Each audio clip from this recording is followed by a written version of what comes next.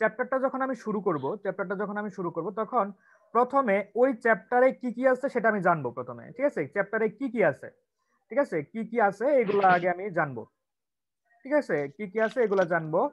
তারপরে আমি এই এই চ্যাপ্টার সম্বন্ধে যে বেসিক আইডিয়াগুলা, যে সূত্রগুলা লাগবে বা সূত্রগুলা কিভাবে আসলো, বা এটার মানে এই চ্যাপ্টারটা করার জন্য যে আইডিয়াগুলো, সব আইডিয়াগুলো আমি তোমাদেরকে দিব।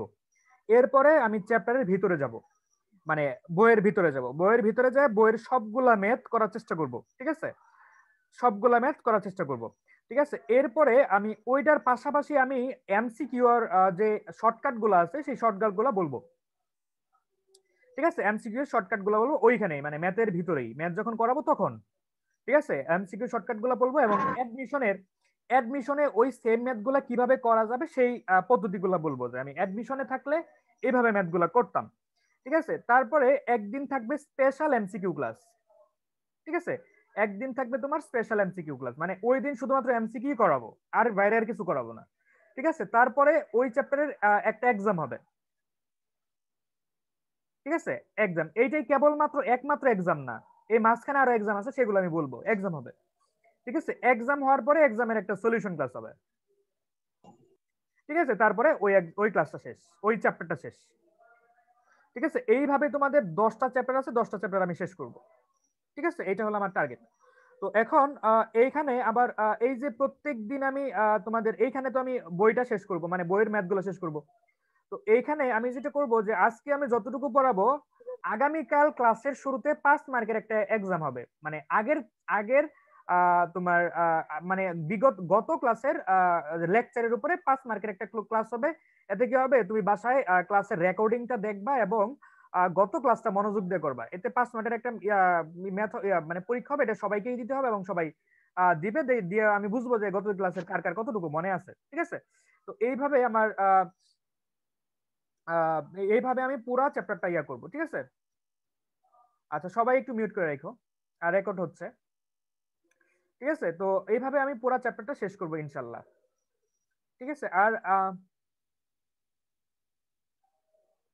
না, প্রত্যেক ক্লাসের শুরুতে 5 মার্কের এক্সাম হবে, শেষে হবে না, শুরুতে, কারণ শেষে থাকলে তো পোলাপান চলে যাবে, ঠিক আছে। শুরুতে 5 মার্কের একটা এক্সাম থাকবে, মানে তোমার আজকে যতটুকু পড়াবো আগামীকাল ওইটার উপরেই 5 মার্কের একটা এক্সাম। ভাইয়া ওই নাই, হ্যাঁ হ্যাঁ, মানে একটা ক্লাস হবে তারপর ওই ক্লাসের ওপর 5 মার্কের পরের দিন এক্সাম, 5 মার্কের আরেকটা এক্সাম, মানে 5 নাম্বারের পরীক্ষা হবে। হ্যাঁ হ্যাঁ হ্যাঁ, 5 মার্কের একটা exam। আচ্ছা, ঠিক আছে। আর চ্যাপ্টার ক্লোজিং এক্সাম হবে হলো লাস্টে, মানে চ্যাপ্টারটা শেষ করার পরে, ঠিক আছে, এটা হবে চ্যাপ্টার ক্লোজিং এক্সাম।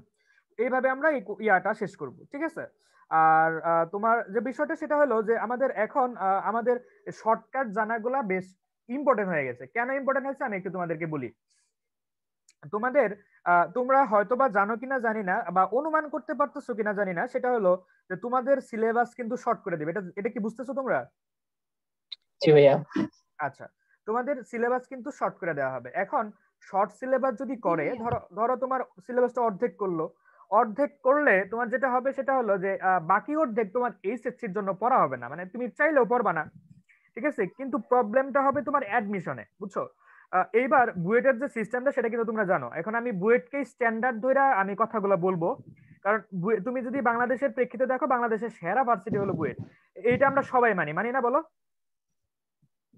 জি ভাইয়া, জি স্যার। এটা ভাই কোনো হ্যাঁ, সন্দেহ নেই। এখানে কোনো সন্দেহ নাই, বাংলাদেশের সেরা ভার্সিটি হলো বুয়েট। তো আমি বুয়েটকে স্ট্যান্ডার্ড ধরে কথাবার্তা বলবো। তো বুয়েটে এবার যে সিস্টেমটা করছে সেটা হলো তোমার এসএসসির উপরে, মানে এসএসসি মার্কের উপরে ভিত্তি করে তোমার ওই 24,000 পোলাপান করতে পারবে, মানে ফর্ম তুলতে পারবে, ঠিক আছে। 24,000 পোলাপান ফর্ম তুলতে পারবে। 24,000-এর মধ্যে তোমাকে 3টা শিফট করে, না 3টা নাকি 4টা শিফট, 4 6 24, হ্যাঁ 4টা শিফট করে পরীক্ষা হবে, বুঝছো? প্রত্যেক শিফটে তোমার 6,000 পোলাপান পরীক্ষা দিবে, ঠিক আছে, 6,000 পোলাপান পরীক্ষা দিবে,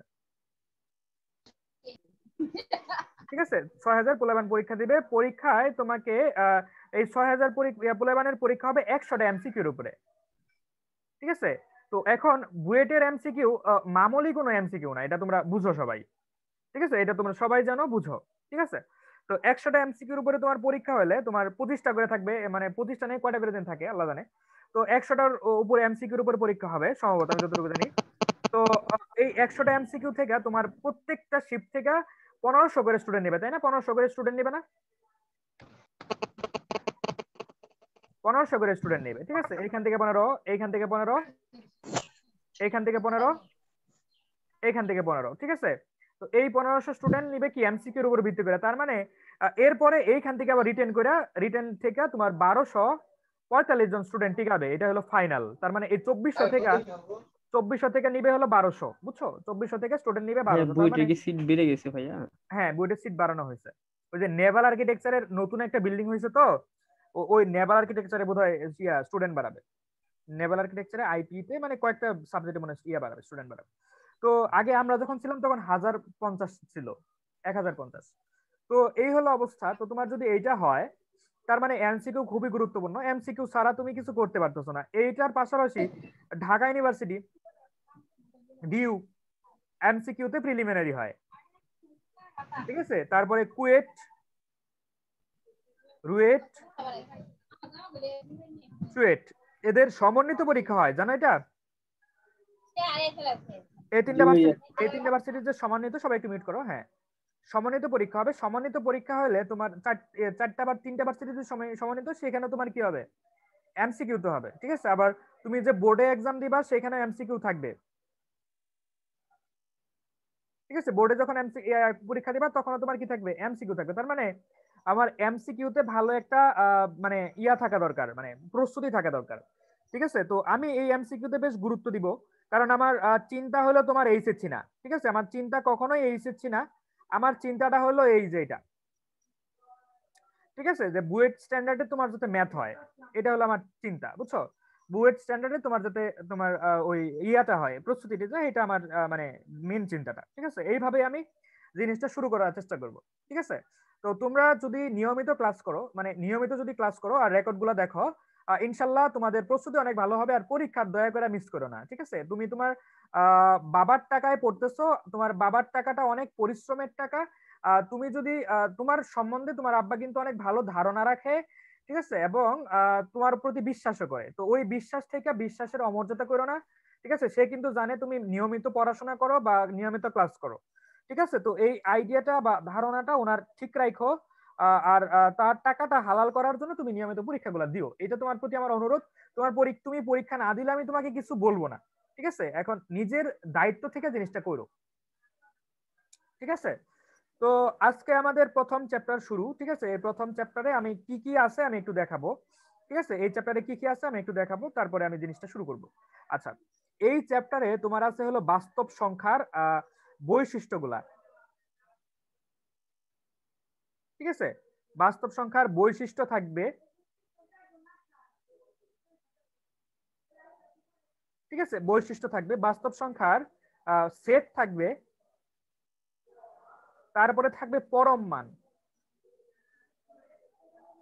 ঠিক আছে, পরম মান। আর সবচেয়ে গুরুত্বপূর্ণ যে জিনিসটা সেটা হলো কি? অসমতা, ঠিক আছে। সবচেয়ে গুরুত্বপূর্ণ জিনিস হলো অসমতা। তো এইখানে এই জিনিসটা তেমন লাগে না, মানে এইচএসসি অ্যাডমিশন কোথাতেও তেমন লাগে না বৈশিষ্ট্যগুলা। সেট গুলাও খুব একটা লাগে না, মনে হয় আপনার হ্যালো, আমাকে শুনতে পাচ্ছ না? হ্যালো, আমাকে শুনতে পাচ্ছ না? বলো। হ্যালো, আমাকে শুনতে পাচ্ছ? আজমাইন, হ্যালো, হ্যালো, আমাকে শুনতে পাচ্ছ তোমরা? জি জি ভাই, ভাই, এখন এখন শোনা শোনা যাচ্ছে। যাচ্ছে। আচ্ছা, ঠিক আছে। ওই যে তো ওই ওয়াইফাই তে একটু হয়তো প্রবলেম হতে পারে। আচ্ছা, তো আমার যে জিনিসটা লাগবে না তেমনটা, সেটা হলো বৈশিষ্ট্যগুলা তেমন লাগবে না, কিন্তু আমরা শিখবো, ঠিক আছে, তারপরেও শিখবো। সেট তেমন লাগবে না, তারপরেও শিখবো। কিন্তু সবচেয়ে এইটা মোটামুটি লাগবে এটা, ঠিক আছে। আর এইটা লাগবে সবচেয়ে বেশি। এইখান থেকেই তোমার এই অসমতা থেকেই এইচএসসি আসবে, অ্যাডমিশনেও আসবে, ঠিক আছে। আর এইখান থেকেই মূলত তোমার এমসিকিউ গুলো আসবে, ঠিক আছে। তাই আমরা সবচেয়ে গুরুত্ব দিব হলো এই অসমতায়, এবং এই সবচেয়ে বেশি টাইমটাও দিব এই অসমতায়, ঠিক আছে। আমার নেটে কি প্রবলেম হচ্ছে একটু আমাকে জানাও, কেমন?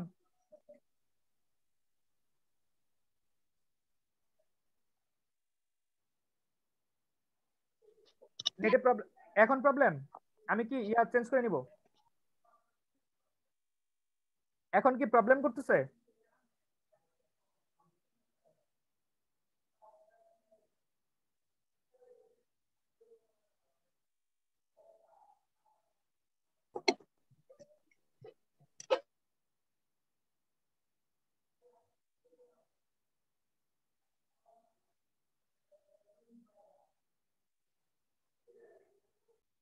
আচ্ছা আমি আসি তোমাদের সাথে, কোনো সমস্যা নাই,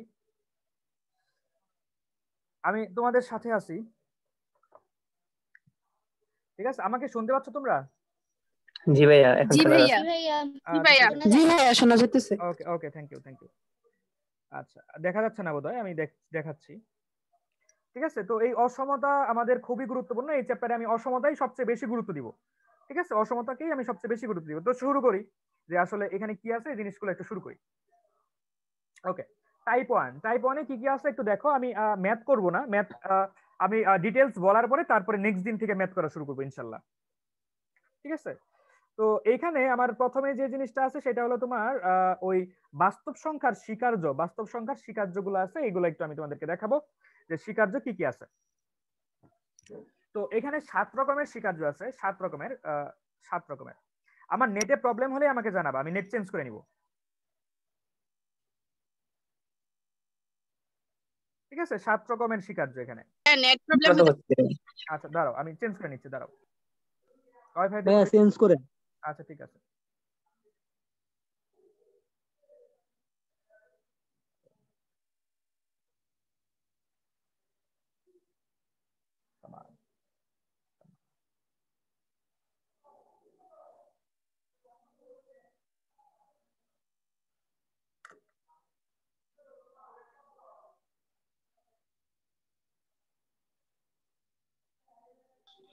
ওকে, এখন শুনতে পাচ্ছ? এখন আশা করি সমস্যা হবে না ইনশাল্লাহ।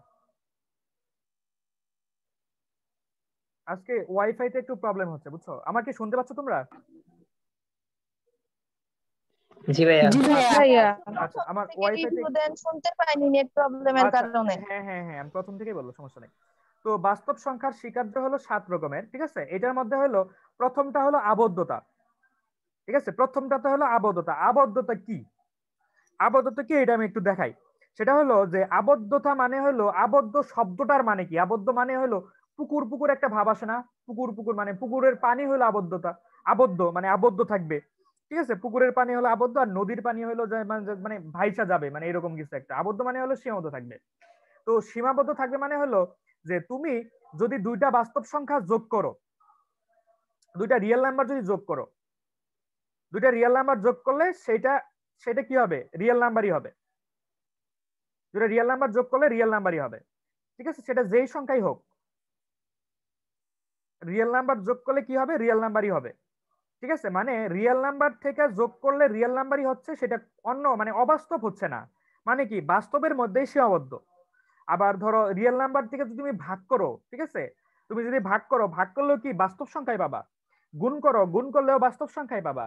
বিয়োগ করো, বিয়োগ করলে বাস্তব সংখ্যাই পাবা। মানে বাস্তব সংখ্যা যোগ যোগ বিয়োগ গুণ ভাগ করলে কি পাবা, মানে বাস্তব সংখ্যা এই 4টা জিনিস করলে কি পাবা, তুমি বাস্তব সংখ্যাই পাবা। মানে বাস্তব সংখ্যার মধ্যেই সীমাবদ্ধ থাকতেছে।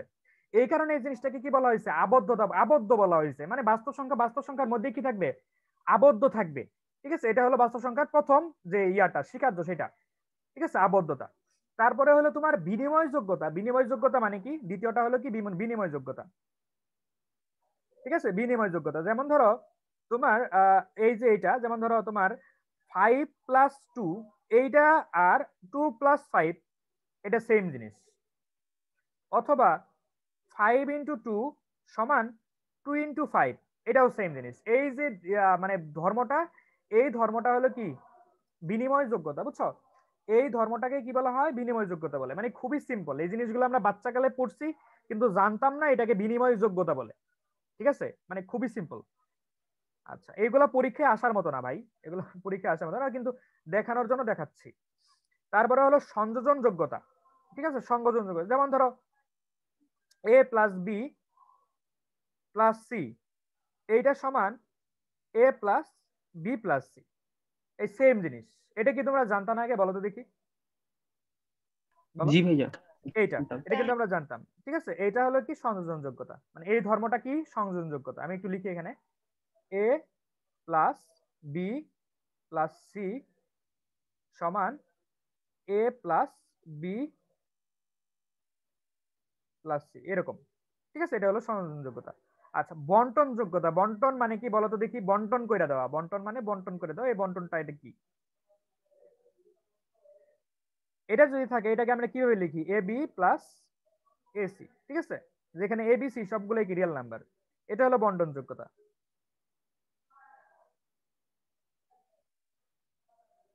ঠিক আছে। এটা হলো বন্টন যোগ্যতা, ঠিক আছে, এটা হলো বন্টন যোগ্যতা। তারপরে হলো অবেদকের অস্তিত্ব, ঠিক আছে, অবেদকের অস্তিত্ব। এই অবেদক কি, এই জিনিসটা একটু দেখা দরকার, ঠিক আছে। অবেদকের অস্তিত্ব, এই অবেদক কি এটা একটু দেখা দরকার। সেটা হলো যে অবেদক হলো দুইটা, বুঝছো, অবেদক হলো কি দুইটা, একটা হলো শূন্য আর একটা হলো এক, ঠিক আছে। শূন্য আর একটা হলো এক। শূন্য হলো যোগের অবেদক, ঠিক আছে, শূন্য হলো যোগের অবেদক। এক অবেদক দুইটা, একটা হলো শূন্য আর একটা হলো এক, ঠিক আছে, এই দুইটা, একটা হলো শূন্য আর একটা হলো কত, এক, ঠিক আছে। শূন্য হলো যোগের ক্ষেত্রে আর এক হলো গুণের ক্ষেত্রে, ঠিক আছে। অবেদক, অবেদক মানে কি এটা একটু দেখাই। যেমন তোমার তুমি যদি এ প্লাস জিরো করো তাহলে কিন্তু এই থাকবে, ঠিক আছে। এ প্লাস জিরো মানে কি এই, মানে এর কোনো চেঞ্জ হচ্ছে না, ঠিক আছে। এটা হলো এই অবেদকের কাজ। অবেদক দ্বারা যে যোগের অবেদক দিয়ে যদি যোগ করো তাহলে চেঞ্জ হবে না। আবার গুণের অবেদক, গুণের অবেদক হলো এক, এক দ্বারা যদি গুণ করো তাহলে চেঞ্জ হবে না, এই থাকবে, ঠিক আছে। জিনিসটা বুঝতে পেরেছো? মানে যোগের অবেদক মানে হলো শূন্য আর গুণের অবেদক মানে এক, মানে এক দ্বারা গুণ করলে চেঞ্জ হবে না। আবার যোগের অবেদক হলো শূন্য, শূন্য দ্বারা যোগ করলে কি হবে না, চেঞ্জ হবে না। এটাই হলো অবেদক, মানে মানে উল্টাপাল্টা কিছু না, মানে সিম্পল জিনিস। এটা কিন্তু আমরা সবাই আগের থেকে জানি, ঠিক আছে। তো এমসিকিউ তে এরকম হইতে পারে যে নিচের কোনটি অবেদক, ঠিক আছে, 5 6 7 1, এক হলো অবেদক। আবার অপশন থাকতে পারে নিচের কোনটি অবেদক, এরকম থাকে না, এক নম্বরে শূন্য, দুই নম্বরে হলো এক, তিন নম্বরে হলো তোমার 5, ঠিক আছে। তো ক নাম্বার অপশন হলো এক, খ নাম্বার অপশন হলো এক ও দুই, ঠিক আছে, এক ও দুই। আর গ নাম্বার হলো তিন শুধুমাত্র। আর চার নাম্বার, এই ঘ নাম্বার হলো কি তিনটা, এক দুই তিন। তাহলে অ্যান্সার কোনটা হবে? এক ও এক ও দুই। এক ও দুই, এইটা এইটা, ঠিক আছে। তার মানে আমার ইয়া কোনটা, মানে অবেদক কোনটা, শূন্য এবং এক, ঠিক আছে। এটা হলো অবেদক। অবেদকের কাজ কি?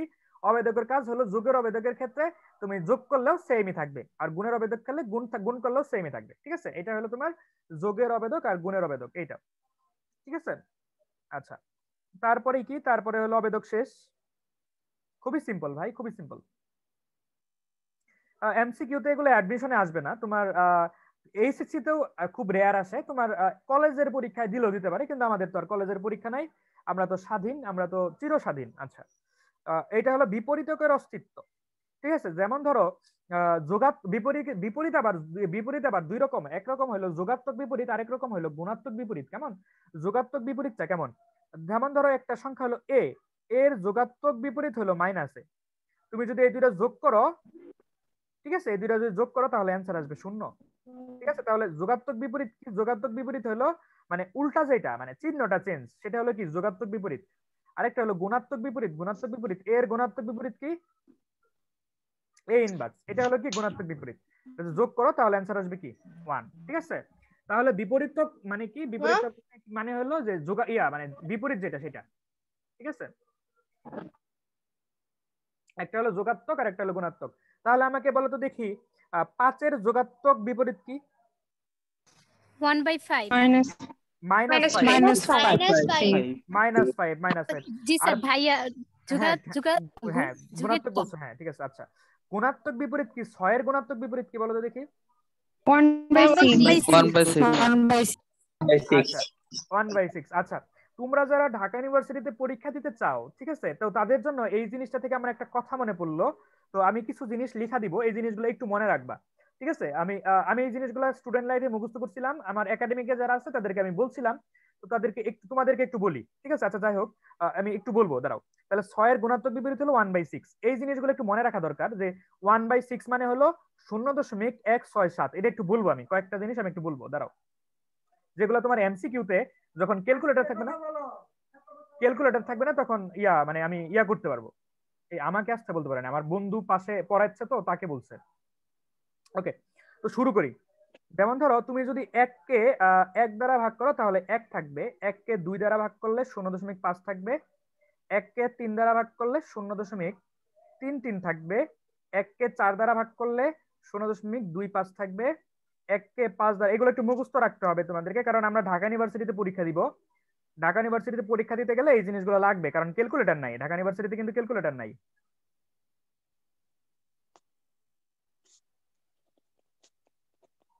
ঠিক আছে, এটা একটু লিখা রাখো আর একটু মুখস্থ করে রাখো দয়া করে, কারণ ঢাকা ইউনিভার্সিটিতে ক্যালকুলেটর নাই। এইগুলা যদি জানা থাকে ইনশাল্লাহ ওই ভাগগুলা করতে পারবা। গুণ তো আমরা পারি, ভাগে যত সমস্যা হয়। এই 10টা জানা থাকলেই হয়ে যাবে তোমার। ঠিক আছে, এগুলো একটু মাথায় রেখো, ইনশাল্লাহ তোমাদের এগুলা কাজে লাগবে।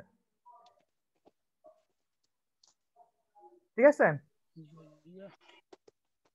ভাইয়া বিপরীতক শুধু যোগ আর গুণের হয়? হ্যাঁ হ্যাঁ, তাছাড়া তো কোথাও কিছু হবে না, কারণ তুমি যোগ করলে বিয়োগে চলে যাবে, আবার গুণের ক্ষেত্রে গুণাত্মক বিপরীত ভাগের ক্ষেত্রে ভাগে চলে যাবে। আমার তো অপারেটর তো ওই 4টাই, যোগ, বিয়োগ, গুণ, গুণ, ভাগ। ঠিক আছে, যোগের ক্ষেত্রে তুমি বিপরীত করলে সেটা কি নেগেটিভে চলে যাবে, আবার গুণের ক্ষেত্রে বিয়োগ করলে ভাগে চলে যাবে। ঠিক আছে, এই 4টাই তো তাহলে আসলো। তো এই হলো তোমার বিপরীতের অস্তিত্ব। তারপরে হলো অনন্যতা। অনন্যতা জিনিসটা অনেক মজার। একটু দেখো অনন্যতা মানে কি।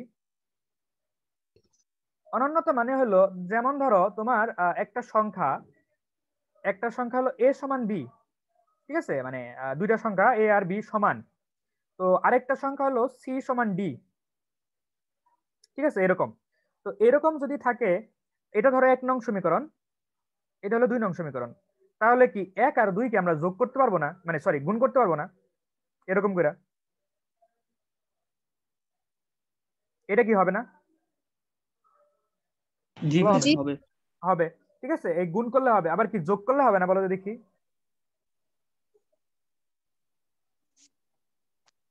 এটা কি হবে না? হবে ভাইয়া। ঠিক আছে, এইটাই হলো অনন্যতা। মানে এইটা আমরা যে কাজটা আগে থেকে করে আসলাম, ওই যে ওই কি বলে, এই সমীকরণ দুইটা যোগ করা বা সমীকরণ দুইটা গুণ করা, এই জিনিসটাই হলো অনন্যতা, যেটা আমরা আসলে করতাম আর অহরহ করি, মানে নিয়মিতই করি, কিন্তু এর নাম যে অনন্যতা এটা আমরা জানতাম না। ঠিক আছে, তো এই জিনিসগুলো একটু, বৈশিষ্ট্যগুলো একটু মনে রাখো, তাহলে তোমাদের হবে, মানে মানে জানতে সুবিধা হবে, মানে এমসিকিউতে আসতে পারে আর কি। ধরো মানে কলেজের এমসিকিউতে, ভাইয়া, মানে এটাকে অনন্যতা কেন বলে? এটা নাম দিছে ভাই, এটা অনন্যতার নাম দিছে। ঠিক আছে, এটার ইংরেজিতে বলে হলো ইউনি ইউনিকনেস। ঠিক আছে, ইউনিকনেস এর বাংলা হলো অনন্যতা, এই কারণে ওনারা নাম দিছে এরকম করে, আর কিছু না। ঠিক আছে, এই হলো 7টা স্বীকার্য তোমার বাস্তব সংখ্যার। এই 7টা স্বীকার্য তোমার বাস্তব সংখ্যা, এটা 7টা স্বীকার্য প্রণয়ন করতে গণিতবিদদের তোমার মাসের পর মাস, বছরের পর বছর লেগে গেছে, কিন্তু আমরা কয়েক মিনিটের মধ্যেই 7টা পড়ে ফেলাইছি, শেষ। এইবার তোমাদের বাস্তব সংখ্যার কিছু সেট সেট সম্বন্ধে ধারণা দিব, বা মানে বাস্তব সংখ্যার সেট গুলো কেমন হয়। ওকে, বাস্তব সংখ্যার সেট, সকল ধরনের বাস্তব সংখ্যার সেটকে তোমার আর দ্বারা প্রকাশ করা হয়। ঠিক আছে, আর দ্বারা প্রকাশ করা হয় সকল ধরনের বাস্তব সংখ্যার সেটকে, মানে সকল ঋণাত্মক সংখ্যা। ঠিক আছে, সকল ঋণাত্মক সংখ্যা। ঠিক আছে, যত রকমের ঋণাত্মক সংখ্যা, তারপরে যত রকমের ধনাত্মক সংখ্যা।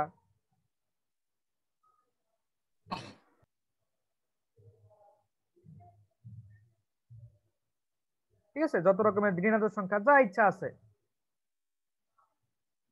ঠিক আছে, সবগুলাকে কি বলা হবে? আর বলা হবে, মানে বাস্তব জীবনে যেগুলোর অস্তিত্ব আছে সবগুলাকে কি বলা হবে? আর বলা হবে। তো এই আর এর মধ্যে তোমার একটা আছে হলো ধনাত্মক সংখ্যার সেট, আরেকটা হলো ঋণাত্মক সংখ্যার সেট, আরেকটা হলো অঋণাত্মক সংখ্যার সেট। ঠিক আছে, তো অঋণাত্মক সংখ্যাটা কোনটা? এই যেটা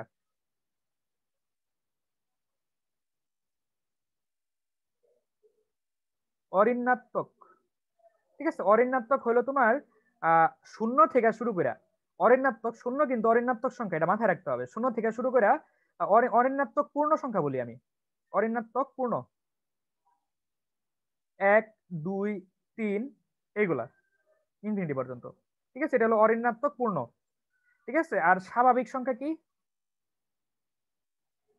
স্বাভাবিক স্বাভাবিক মানে হলো ন্যাচারাল নাম্বার। ন্যাচারাল নাম্বার হলো যেগুলো আমরা আসলে বাস্তব জীবনে ইউজ করি, যেমন ধরো ধরো টাকা যেগুলো গুনি বা কোনো একটা গণনার কাজে ইউজ করি, বা যেমন ধরো টাকা যেগুলো হয়, যেমন ধরো 1 টাকা হয়, 2 টাকা হয়, 3 টাকা হয়, কিন্তু 0 টাকা কখনো হয় না। এগুলা 1 2 3, ঠিক আছে? মানে স্বাভাবিক সংখ্যা এগুলা 4 5, ঠিক আছে? এরকম করে। শূন্য কিন্তু স্বাভাবিক সংখ্যা না, এটা মাথায় রাখতে হবে, ঠিক আছে? এটা কিন্তু তোমাদের ভুল হয়, শূন্য স্বাভাবিক সংখ্যা না, শূন্য স্বাভাবিক সংখ্যা না, এটাই মাথায় রাখতে হবে, ঠিক আছে? শূন্য স্বাভাবিক সংখ্যা না, ঠিক আছে? এটা মনে রাখবে না, মনে থাকবে না? বলো দেখি, শূন্য স্বাভাবিক সংখ্যা না, কি ভাইয়া? ভাইয়া ঠিক আছে? শূন্য স্বাভাবিক সংখ্যা না। আবার পূর্ণ সংখ্যা কি? পূর্ণ সংখ্যা হলো ইন্টিজার, ঠিক আছে? পূর্ণ সংখ্যা হলো ইন্টিজার। ইন্টিজার কে জেড দ্বারা প্রকাশ করা হয়। পূর্ণ সংখ্যার ইংরেজি হলো ইন্টিজার। এগুলো হলো তোমার নেগেটিভ থেকে শুরু করে, ঠিক আছে? নেগেটিভ থেকে শুরু করে, মানে এদিকে আরো আছে নেগেটিভ ইনফিনিটি, তোমার 2 এরকম করে যাইতে থাকবে, তারপর পজিটিভ ইনফিনিটি পর্যন্ত, ঠিক আছে? এইগুলা তোমার পূর্ণ সংখ্যা, বুঝছো? এইগুলা তোমার পূর্ণ সংখ্যা। তো আরেকটা জিনিস আছে, সেটা হলো মৌলিক সংখ্যা,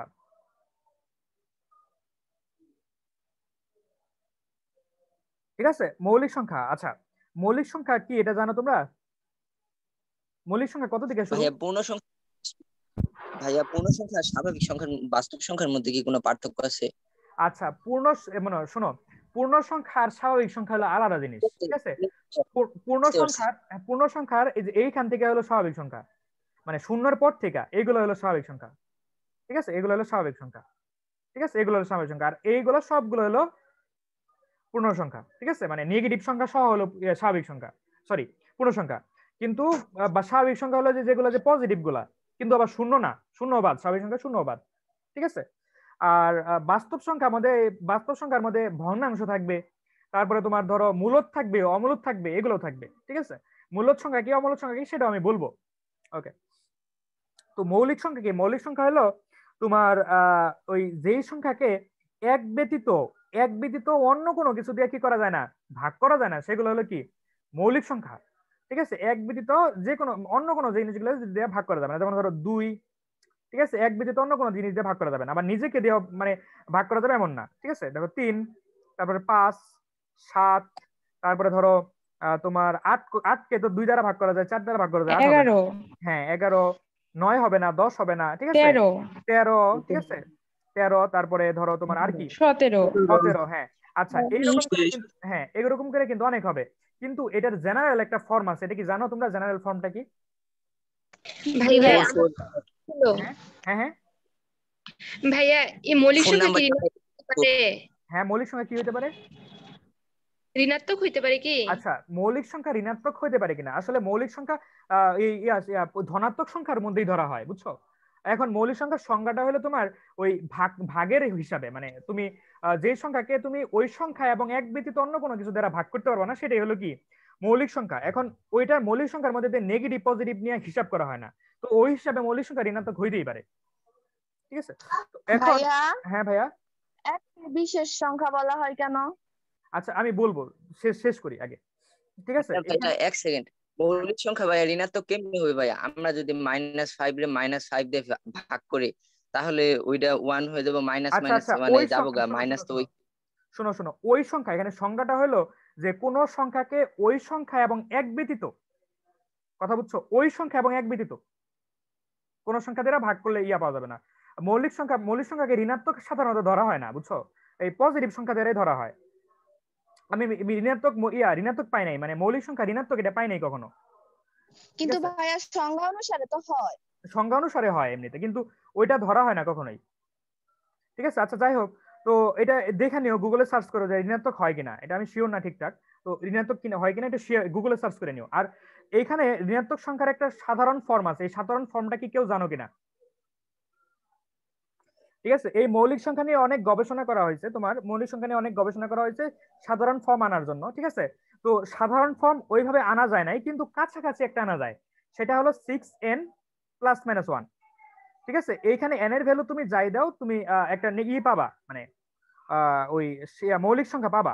ঠিক আছে, যেমন ধরো তুমি n এর ভ্যালু তুমি 1 দাও বা 2 দাও, n এর ভ্যালু যদি 2 দাও তাহলে তুমি কি আসে দেখো তো, 2 দিলে কি আসে? 2 দিলে আসে তোমার 2 দিলে 12, 11 13, 11 আর 13 11 আর 13। ঠিক আছে, এই দুইটাই কি মৌলিক সংখ্যা। মৌলিক সংখ্যা। আবার এই n এর ভ্যালু যদি তুমি দাও, n এর ভ্যালু যদি তুমি 3 দাও, 3 দিলে কত আসে? 3 দিলে কত আসে? তোমার 3 দিলে হয় 17 15 আর 17। 17 আর 19। ঠিক আছে, এই দুইটাই জি কি? ভাই। ভাইয়া হ্যাঁ 6 দিলে তো হ্যাঁ হ্যাঁ, আমি বলবো। ঠিক আছে, তো আমি যেটা বলতেছি সেটা হলো যে তোমার এইটা হলো মৌলিক সংখ্যার সাধারণ ফর্ম, কিন্তু এইটার মধ্যে ব্যতিক্রম আছে, বুঝছো? তুমি সবকিছু দিলেই মৌলিক সংখ্যা পাবে এমন না। ঠিক আছে, যেমন ধরো তুমি যদি 6 দাও, ঠিক আছে, যদি 6 দাও তাহলে কি হয়? 6 দিলে কি হয়? 6 দিলে হয় 36 প্লাস 1 মানে কি 35। 37 তোমার মৌলিক সংখ্যা, কিন্তু 35 কিন্তু মৌলিক সংখ্যা না। ঠিক আছে, 35 মৌলিক সংখ্যা না। তখন তোমাকে যেটা করতে হবে, এইটা যদি তুমি ইউজ করতে চাও, তখন তোমার করতে হবে যে এই n এর ভ্যালু তোমার বসাইতে হবে, n এর ভ্যালু বসাইতে হবে, বসাইলা n এর ভ্যালু বসাইলা। বসানোর পরে তোমার আরেকটা কাজ করতে হবে, সেটা হলো 5 দিয়ে এবং 7 দিয়ে ভাগ করে দেখতে হবে যে এটা আসলে ভাগ যায় কিনা। যদি না যায় তাহলে আসলে ঠিক আছে। মানে এইটা দ্বারা প্রথমে তুমি করবা, সংখ্যাটা বাইর করবা, বাইর করার পরে সংখ্যাটা বাইর করার পরে তার 5 দিয়ে এবং 7 দিয়ে ভাগ করবা, ভাগ করে যদি দেখো যে ভাগ যাচ্ছে না তাহলে মৌলিক সংখ্যা, তাহলে আর ঝামেলা নাই। বুঝছো আমার কথা? জি মানে ভাইয়া। এটা দ্বারা বাইর করার পরে 5 দিয়ে এবং 7 দিয়ে ভাগ করে টেস্ট করতে হবে, 5 দিয়ে এবং 7 দিয়ে টেস্ট করতে হবে। মানে মৌলিক সংখ্যা আসলে যেহেতু কোনো জিনিস দিয়ে ভাগ করা যায় না বা গুণ করা যায় না বা এগুলো করা যায় না, তো এই কারণে এই জিনিসটা আসলে এই সূত্রটা বাইর করা অনেক কঠিন হয়ে পড়ছিল গণিতবিদদের কাছে। তারপরেও একটা সূত্র বাইর করা হয়েছে যেটা আসলে কাছাকাছি, মানে কাজ চালানোর মতো, কিন্তু এটাও অ্যাকুরেট না। এই কারণে 5 এবং 7 দিয়ে ভাগ করে তুমি কনফার্ম হয়ে নিবা আসলে মৌলিক সংখ্যা কিনা। ঠিক আছে, তো এই জিনিসটা তোমার। ভাইয়া একটা প্রশ্ন ছিল, হ্যাঁ বলো। 5 এবং 7 সংখ্যাটাই কেন বাইসে নেওয়া হলো? আচ্ছা, 5 এবং 7 সংখ্যাটা বাইসে নেওয়া হয় নাই, এগুলা পরীক্ষা করে দেখা হয়েছে কোন সংখ্যা দেওয়া হয়। প্রথমে 2 দ্বারা ভাগ করছে, 3 দ্বারা ভাগ করছে, 4 দ্বারা ভাগ করছে, এরকম করে ভাগ করছে 9 পর্যন্ত, দেখে যে 5 আর 6, 5 আর 7 হলে হয়ে যায়। ঠিক আছে, আর এটাও যে কোনো সূত্র দ্বারা, যে কোনো জিনিস দ্বারা এটা যে প্রতিপাদন করছে এমন না, এটাও টেস্ট করে বাইর হয়েছে। ঠিক আছে, 6n প্লাস মাইনাস 1 এটাও টেস্ট করা হয়েছে। বুঝছো? আচ্ছা, তো এখন যে বিষয়টা সেটা হলো যে মূলদ সংখ্যা আর অমূলদ সংখ্যা কি। তো এই মূলদ সংখ্যা অমূলদ সংখ্যার মধ্যে তোমার যে জিনিসটা হয় সেটা হলো যে সহমৌলিক, পরস্পর সহমৌলিক। আচ্ছা, তোমরা কি পরস্পর সহমৌলিক শব্দটা শুনছো এর আগে? জি ভাইয়া। আচ্ছা, পরস্পর সহমৌলিক সংখ্যাটা মানে কি? পরস্পর সহমৌলিকটা মানে কি, একটু আমি বলবো যে মৌলিক সংখ্যাটা কি, তারপরে ওই সহমৌলিক সংখ্যার মধ্যে আসবো। যে দেখো মৌলিক সংখ্যাটা কি। মৌলিক সংখ্যাটা হলো যেই মৌলিক সংখ্যা না, ওই কি বলে, ওই মূলদ সংখ্যা। মূলদ সংখ্যাকে কিউ দ্বারা প্রকাশ করা হয়। ঠিক আছে, মূলদ সংখ্যা হলো ওই সংখ্যাগুলা যে সংখ্যাকে পি বাই কিউ দ্বারা ভাগ করা, মানে পি বাই কিউ দ্বারা ভাগ করা যায়, যেখানে কিউ 1 না, কিউ 0 না। ঠিক আছে, পি বাই কিউ দ্বারা ভাগ করা যায় এবং পি কিউ না। ভাইয়া দুইটাই কিউ লিখছেন? হ্যাঁ, দুইটাই কিউ, কিউ 1ও না এবং কিউ 0ও না।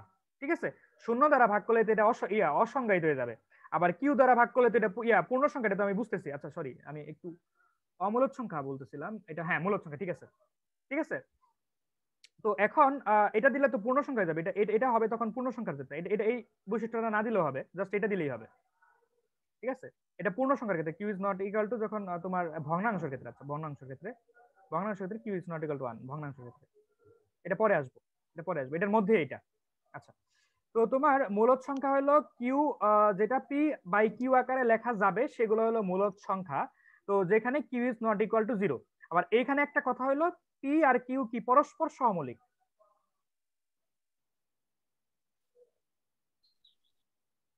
সহমৌলিক। ভাইয়া পি আর কিউ এর মান কি কখনো মাইনাস আসতে পারে, মানে মাইনাস? আচ্ছা, তো মূলদ সংখ্যার মধ্যে তোমার মাইনাস হইতে পারে, যেমন ধরো রুট মাইনাস 5/3 কি এইটা কি তোমার একটা মূলদ সংখ্যা না, বলো?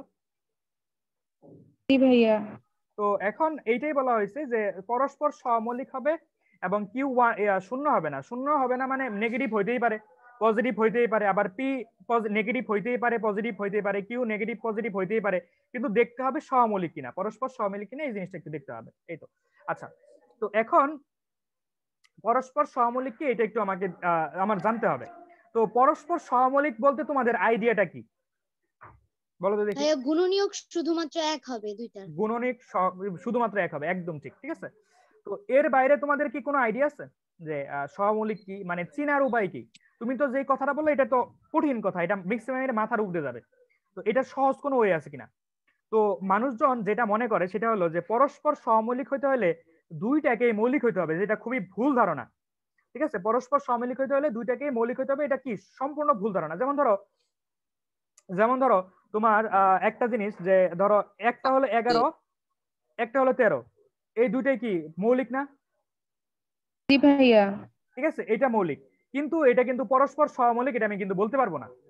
ঠিক আছে, এটা কিন্তু মৌলিক, দুইটাই কিন্তু মৌলিক, কিন্তু পরস্পর সহমৌলিক এমনটা এটা হবে যে পরস্পর সহমৌলিক, কিন্তু শুধুমাত্র এইগুলাই যে পরস্পর সহমৌলিক এমন না। ঠিক আছে, যেমন ধরো তোমার 2/3, ঠিক আছে, আবার ধরো যেমন ধরো তোমার 4/9, 11/। ঠিক আছে, 4/9, এই 4 কি মৌলিক সংখ্যা? না ভাইয়া। আবার 9 কি মৌলিক সংখ্যা? না ভাইয়া। কিন্তু এরা কিন্তু পরস্পর সহমৌলিক, 4, 9 পরস্পর সহমৌলিক। ঠিক আছে, এই 4 কিন্তু মৌলিক না, 9 কিন্তু মৌলিক না, কিন্তু এরা পরস্পর সহমৌলিক। তাহলে পরস্পর সহমৌলিক এই জিনিসটা চিনবো কিভাবে? পরস্পর সহমৌলিক এটা আমরা চিনবো কিভাবে? সোজা বাংলায় কাটাকাটি যাবে না, সোজা কথা, যাদের মধ্যে কাটাকাটি যাবে না তারাই হলো পরস্পর সহমৌলিক, এটা হলো সহজ বাংলার কথা। ঠিক আছে, এখন দেখো 4 আর 5, 4 আর 9 কে কিন্তু তুমি কাটাকাটি করতে পারবে না। ঠিক আছে, 4 আর 9 কে কিন্তু কাটাকাটি করতে পারবা? কাটাকাটি করতে পারবে না। ঠিক আছে, তো আবার এইগুলা তো এমনিতেই কাটাকাটি যায় না। ঠিক আছে, মৌলিক সংখ্যা হলে তো সবচেয়ে বেশি সেফ, আর মৌলিক সংখ্যা ছাড়াও পরস্পর সহমৌলিক হয় যদি কাটাকাটি না যায়। ঠিক আছে, যেমন ধরো 3/9, এটা কি পরস্পর সহমৌলিক কিনা বলো? না ভাইয়া। না ভাইয়া। এইটা কিন্তু পরস্পর সহমৌলিক না, কারণ এটা কাটাকাটি যায়। ঠিক আছে, তাহলে পরস্পর সহমৌলিক কি যেখানে কাটাকাটি যাবে না, যেমন 5 আর 16, এটা কাটাকাটি যাবে? যাবে না, কিন্তু না ভাইয়া। এটা কিন্তু কাটতে পারবে না, এটা কিন্তু কাটতে পারবে না। তার মানে পরস্পর সহমৌলিক হলো যেগুলো কাটাকাটি করা যাবে না। ঠিক আছে, তো এটা কি ক্লিয়ার হয়েছে? জি ভাইয়া, বুঝতে পারছি। আচ্ছা, তার মানে তোমার ওই সহমৌলিক হওয়ার কথা হলো যে মৌলিক হইতে হবে এমন না, কাটাকাটি যাবে না এরকম হলো কথা, মানে মৌলিক হইতে হবে এমন কোনো কথা নাই। ঠিক আছে, যেটা বললাম যে 5, 4 আর 9 দুইটাই কিন্তু মৌলিক না, দুইটাই কিন্তু অমৌলিক সংখ্যা। 4 রে তুমি 2 দ্বারা ভাগ করতে পারো, 3 রে 9 রে 3 দ্বারা ভাগ করতে পারবা, কিন্তু এইগুলা কিন্তু না, মানে মৌলিক না, কিন্তু এটা কিন্তু পরস্পর সহমৌলিক, কারণ এই দুইটাকে কিন্তু কাটতে পারবা না, কোনো সংখ্যা দিয়ে কাটতে পারবা না। ওকে, ঠিক আছে, তো তোমার বাস্তব সংখ্যার এই সেট গুলোর মধ্যে এইগুলোই হলো মেন, এর বাইরে কিছু নাই। আর কিছু আছে, সেটা হলো তুরীয় সংখ্যা। এটা মাঝে মাঝে ওই তোমার ওই ইয়ের এমসিকিউতে আসে, যেমন ধরো জাহাঙ্গীরনগর, তারপরে জগন্নাথ ইউনিভার্সিটি, তারপর কৃষি ইউনিভার্সিটি, এগুলাতে আসে। ভাইয়া এই তুরীয় সংখ্যাগুলা কি পাই এগুলা? হ্যাঁ, পাই আর ই, এই দুটাই, এই দুটা হলো তোমার তুরীয় সংখ্যা। ঠিক আছে, এই দুটা তুরীয় সংখ্যা, এটা তোমার মাঝে মাঝে আসে, তোমার ওই ইয়ের মধ্যে আসে, ওই অ্যাডমিশনের মধ্যে আসে, ওই ইয়ার মধ্যে কি বলে, ওই কৃষি ইউনিভার্সিটি, তারপরে ধরো জগন্নাথ, জাহাঙ্গীরনগর, চট্টগ্রাম ইউনিভার্সিটি, এই জিনিসগুলোতে আসে মাঝে মাঝে, হঠাৎ করে আসে। ঠিক আছে, তো আশা করি এই ইয়ার সেট গুলো তোমরা আইডিয়া পাচ্ছ, এগুলো 9-10 এর জিনিস। ঠিক আছে, এটা আসলে পাইছো। তো এখন আমি পরম মান সম্বন্ধে কিছু কথা বলবো। পরম মান জিনিসটা জানতে হবে। এই পরম মানই আজকে শেষ টপিক, কেমন? নেক্সট দিন ইনশাল্লাহ আমি ওই অসমতা থেকে শুরু করব আর বইয়ের চ্যাপ্টার ম্যাথ গুলা করার চেষ্টা করব। আচ্ছা, পরম মান।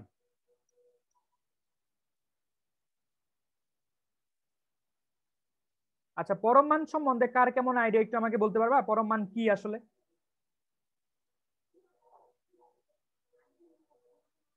পরম মান কি, এটা কেউ বলতে পারবা? স- হ্যাঁ, জি ভাইয়া, কি বলো? সংখ্যা রেখায় মূল বিন্দু থেকে কোন বিন্দুর অবস্থান। একদম ঠিক, একদম দূরত্ব। অবস্থান বলতে দূরত্ব, পরম মান মানেই হলো দূরত্ব। ঠিক আছে, যেমন তোমার একটা সংখ্যা হলো 0, -1, -2, -3, 1, 2, 3। ঠিক আছে, তো তোমার দেওয়া আছে মডুলাস অফ 2। মডুলাস অফ 2 মানে বোঝাচ্ছে হলো 0 থেকে -2 এর দূরত্ব, 0 থেকে -2 এর লেন্থ, মানে এই যে রেখাটুকু, এই রেখাটুকুর দৈর্ঘ্য বোঝাচ্ছে। এই রেখাটুকুর দৈর্ঘ্য সবসময় কি হবে? 2 হবে। তার মানে মডুলাস অফ -2 মানে কি? 2। আবার ধরো এইখান থেকে এইটুকু, এটা দ্বারা বোঝা হলো মডুলাস অফ 3। এইটুকু মানে কি? 0 থেকে 3। 0 থেকে 3 মানে কি? 3 একক দূরত্ব। ঠিক আছে, 0 থেকে 3 মানে হলো কি? 3 একক দূরত্ব। তো 3 একক দূরত্ব কিভাবে হয়? 3 একক দূরত্ব এখান থেকে যে মানে লেন্থ থিটা দিয়ে মাইপা। ঠিক আছে, মানে modulus of 3 minus modulus of 3 হলো 3। ঠিক আছে, আবার এই সংখ্যা রেখা থেকে তোমরা কি কখনো √2 বের করতে পারবা? সংখ্যা রেখা থেকে √2 বের করতে পারবা? √2 কোথায় আছে এটা বের করতে পারবা? √2 ভাইয়া এটার মানই তো নির্ণয় করতে পারি না সম্পূর্ণ। রুট কোটি 1 নেওয়ার পরে √2 অতিভুজ পাওয়া যাবে। অতিভুজ, একদম ঠিক, একদম ঠিক। দেখো তোমার এইখান থেকে এই পর্যন্ত কত? এইখান থেকে এই পর্যন্ত হলো তোমার 1। ঠিক আছে, তুমি যেটা করবা সেটা হলো যে এইটা সমান করে একটা নিবা। দাঁড়াও, এটা সমান করে একটা নিবা। এটা তোমার এই পর্যন্ত। ঠিক আছে, তারপরে এটা 90 ডিগ্রি ঘোরাও। 90 ডিগ্রি ঘুরলো, সেম এটাও কিন্তু 1। ঠিক আছে, এটাও কিন্তু 1। তারপরে তোমার যেটা করতে হবে সেটা হলো যে এইখান থেকে এটার দৈর্ঘ্য নিতে হবে, মানে দূরত্ব নিতে হবে এইখান থেকে এইটুকু। ঠিক আছে, এইবার আমি যদি একটা বৃত্ত আঁকাই,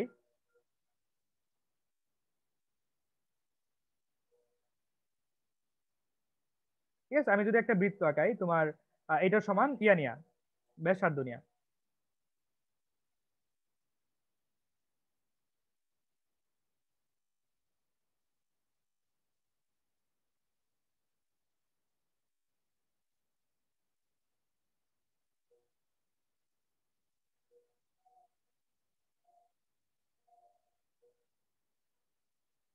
বৃত্তটা আগায় আগে।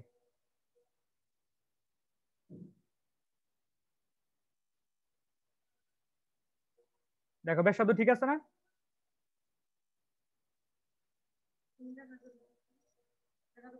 জি ভাইয়া ঠিক আছে। ঠিক আছে, এটা তো তোমার বেশিয়া। ঠিক আছে, তাহলে এইটুকু হলো তোমার √2। ঠিক আছে, মানে 0 থেকে শুরু করে এই পর্যন্ত হলো √2। এইভাবে √2 নেওয়া হয়। এইটুকু √2, সরি,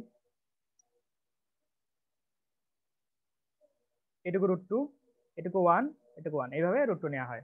ঠিক আছে, ভাইয়া তাহলে ব্যাখ্যাটা কিভাবে দিব? ব্যাখ্যা দেওয়ার দরকার কি? এটা না তো ভাই মানে সমকোণী বোঝার জন্য। হ্যাঁ, ভাইয়া তার মানে আমি বলতে পারি 1² + 1 বর্গমূলের মানগুলোকে পিথাগোরাসের সূত্র অনুসারে বের করতে হবে। হ্যাঁ, এইটাই একমাত্র উপায়, তাছাড়া উপায় নাই। ঠিক আছে, ওকে। তো এইগুলো আসলে দরকার না, মানে আমি দেখানোর জন্য দেখালাম। এগুলো পরীক্ষাতেও আসবে না, বইয়ের মধ্যে দেওয়া আছে, দেখো। আচ্ছা, এইবার আমি পরম মানের একটা সূত্র দেখাবো। এই সূত্রটা কিভাবে আসছে এই জিনিসটাও দেখাবো। আচ্ছা, তো পরম মান মানে কি? পজিটিভ ভ্যালুটা। আচ্ছা, তো মডুলাস অফ 3 মানে কি বলো তো দেখি? মডুলাস অফ 3 মানে কি? 3 আচ্ছা, তো মডুলাস অফ 3 সমান যদি আমি 3 না লেখা আমি যদি এইটা লিখি, কারো কোনো আপত্তি আছে? না ভাইয়া। ঠিক আছে, আমি যদি এটা না, আচ্ছা আচ্ছা, হ্যাঁ, এটা লিখলেও কিন্তু আপত্তি নাই। আচ্ছা, তো তার মানে যদি আমি মডুলাস অফ 3 সমান যদি আমি 3 লিখতে চাই, এর মানে কি এখানে যেই জিনিসটা থাকবে সেটা যদি ঋণাত্মক হয়, সেই ঋণাত্মক চিহ্নের আগে কি করতে হবে? সেই ঋণাত্মক সংখ্যার আগে কি করতে হবে? একটা ঋণাত্মক চিহ্ন দিতে হবে। তাহলে কি হয়ে যাবে? আমার পজিটিভ হয়ে যাবে। ঠিক আছে, আবার যদি এইটা করতে হয়, এটা মানে কি? এটা মানে 3, তো এটার আগে কি দিব? আমি পজিটিভের আগে কি দিব? পজিটিভ চিহ্ন। হ্যাঁ, তাহলে কিন্তু আমার রিয়াটা আসে। তাহলে এখন আমাকে বলো যে এক্স এর মডুলাস নিব। ঠিক আছে, এখন এক্স কি কি সংখ্যা হইতে পারে আমাকে বলো তো দেখি। পজিটিভ নেগেটিভ দুইটাই পজিটিভ হইতে পারে, নেগেটিভ হতে পারে, নেগেটিভ হইতে পারে, এক্স শূন্য হইতে পারে, তাই না? শূন্য হইতে পারে না? শূন্য হতে পারে। হ্যাঁ হ্যাঁ। তো এক্স যদি পজিটিভ হয়, এক্স যদি পজিটিভ হয় তাহলে মডুলাস অফ এক্স মানে কি হবে বলো তো দেখি। মডুলাস অফ এক্স মানে হবে যে পজিটিভ সংখ্যার আগে, পজিটিভ সংখ্যাটা যদি মডুলাসের ভিতরে থাকে তাহলে আমি কি করি, এই পজিটিভ সংখ্যাটা এখানে লিখি, তার আগে কি দেই, প্লাস চিহ্ন দেই। এটা কি লিখবো, এখানে লিখবো, তার আগে কি দিব, প্লাস দিব। আচ্ছা, এক্স যদি নেগেটিভ হয়, এক্স যদি কি হয়, নেগেটিভ হয়, তাহলে আমি কি লিখি, এই জিনিসটা এখানে যা থাকে, নেগেটিভ হলে কি হয়, যা থাকে তাই এখানে লিখি। ঠিক আছে, যতটুকু আছে মানে -3 আছে তো -3 লিখলাম। লিখার পরে কি করি, এখানে আমি এক্সট্রা মাইনাস চিহ্ন দিই, তাহলে কি হয়, মডুলাসের ভ্যালু এসে যায় না? আসে কিনা? এইটুকু বুঝতে পারছো সবাই নাকি এটা কোনো ঘাবলা আছে? জি ওকে। আচ্ছা, আবার যদি এক্স এর ভ্যালু 0 হয়, মডুলাস অফ 0 মানে কি, 0, প্লাস মাইনাস দেওয়ার তো কোনো দরকার নাই, জাস্ট এক্স। বুঝতে পারছো? জি ভাইয়া। ভাইয়া বুঝতে পেরেছি।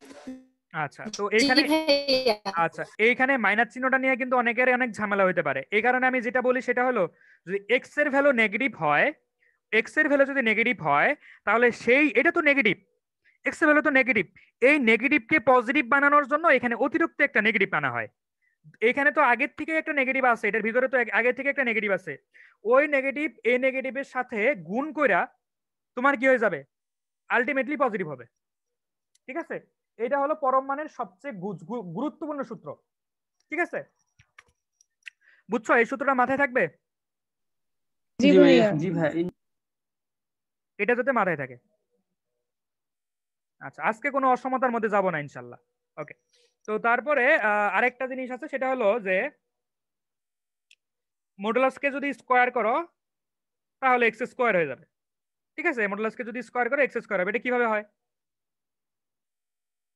এক্স এর ভ্যালু কি কি হতে পারে, ঋণাত্মক, পজিটিভ আর কি ধনাত্মক, সরি ধনাত্মক, ঋণাত্মক আর শূন্য। তো এক্স এর ভ্যালু যদি ঋণাত্মক হয়, যেমন ধরো এটা মানে কি, এটা মানে কি -5 স্কোয়ার, এটা মানে কি, এটা মানে হলো কি মডুলাস অফ 5 এর উপর স্কোয়ার, মডুলাস অফ 5 মানে কি 5, 5 এর উপর স্কোয়ার, এটুক মানে কি 5 না, তার মানে কি এরকমই আসলো। আবার যদি মডুলাস অফ 5 থাকে, এটা হয় মডুলাস অফ 5 মানে কি 5, 5 এর উপর স্কোয়ার, মানে এটা হচ্ছে। ঠিক আছে, বুঝতে পারছো? জি এটা একটা সূত্র। জি ভাই ঠিক আছে, এটার ইউজ কম, এটার ইউজ কম। বলো হ্যাঁ ভাইয়া। ভাইয়া মডুলার যদি তুলে দিতে চাই তাহলে ওইখানে প্লাস মাইনাস দিতে হবে না? হ্যাঁ, মডুলাস তুলে দিলে প্লাস মাইনাস হবে, কিন্তু তোমার এই যে স্কোয়ার তো প্লাস মাইনাস খায় ফেলে, এটা না? বলো। জি এই তো, স্কোয়ার কিন্তু হ্যাঁ প্লাস ভাইয়া। মাইনাস, স্কোয়ার কিন্তু প্লাস মাইনাস খায় ফেলে, এই কারণে সমস্যা হয় না। ঠিক আছে, আবার ধরো ভাইয়া কিউব হলে কি হইতো, কিউবিক?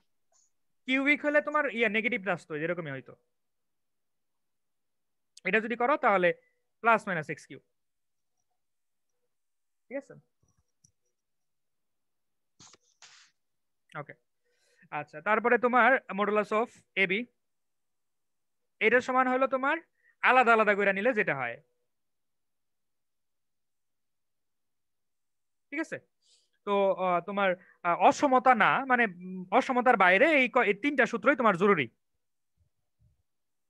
ঠিক আছে, এই ভাইয়া দুইটা তেমন লাগে না, এটা সবচেয়ে বেশি লাগে। বলো বলো ভাইয়া। ভাইয়া ওই যে মডুলাস এবিটাকে যে আমরা লিখছি modulus A into modulus B, এটা কি হ্যাঁ, বন্টন বলা যায়? এটাকে বন্টন বলবা, তুমি যদি নাম দাও করার কিছু নাই। ঠিক আছে, তবে এটা বন্টন বলে না, মানে এরকম কোনো নাম নাই, আমি বইয়ের মধ্যে পাই নাই। ঠিক আছে, তুমি নাম, তুমি তোমার মন চায় ডাকতে পারো, কোনো সমস্যা নাই তো ভাই, কেউ তো কিছু বলবে না। ঠিক আছে, তো এইগুলাই আমাদের বেসিক্যালি আজকের থাকবে, এর বাইরে কিছু থাকবে না। ঠিক আছে, আগামীকাল তোমাদেরকে ব্যবধি সহ আর সুপ্রিমাম ইনফিমাম এইগুলা দেখবো, আর আগামীকাল বইয়ের ম্যাথে ঢুকবো ইনশাল্লাহ। ঠিক আছে, কিছু কনসেপ্ট দেখাবো, মানে প্রত্যেকটা অঙ্ক করাবো, আর অঙ্ক রিলেটেড যে কনসেপ্ট গুলো থাকবে সেই কনসেপ্ট গুলো দেখাবো। ঠিক আছে, কেতাবুদ্দিন স্যারের বইটা নিয়েও একদিক থেকে ম্যাথ করা শুরু করবো আগামীকাল ইনশাল্লাহ। 1 নম্বরে যা থাকবে, 2 নম্বরে যা থাকবে, 3 নম্বরে যা থাকবে, এগুলা ধরে ইনশাল্লাহ আগামীকাল থেকে সবগুলা ম্যাথ করা, সলিউশন করা শুরু করে দিব। আগামীকাল অসমতাও যাব, সবকিছুতেই যাব আগামীকাল। ভাইয়া কেতাব স্যারের বইটা নাই, গ্রুপে কাউকে ছবি দিতে বলছি। আচ্ছা এই সমস্যা নাই, ছবি দিয়ে দিবেন, আজমান ছবি দিয়ে দিবেন, ঠিক আছে। তো আজকে এই পর্যন্ত থাকুক, সবাই ভালো থাকো, সুস্থ থাকো।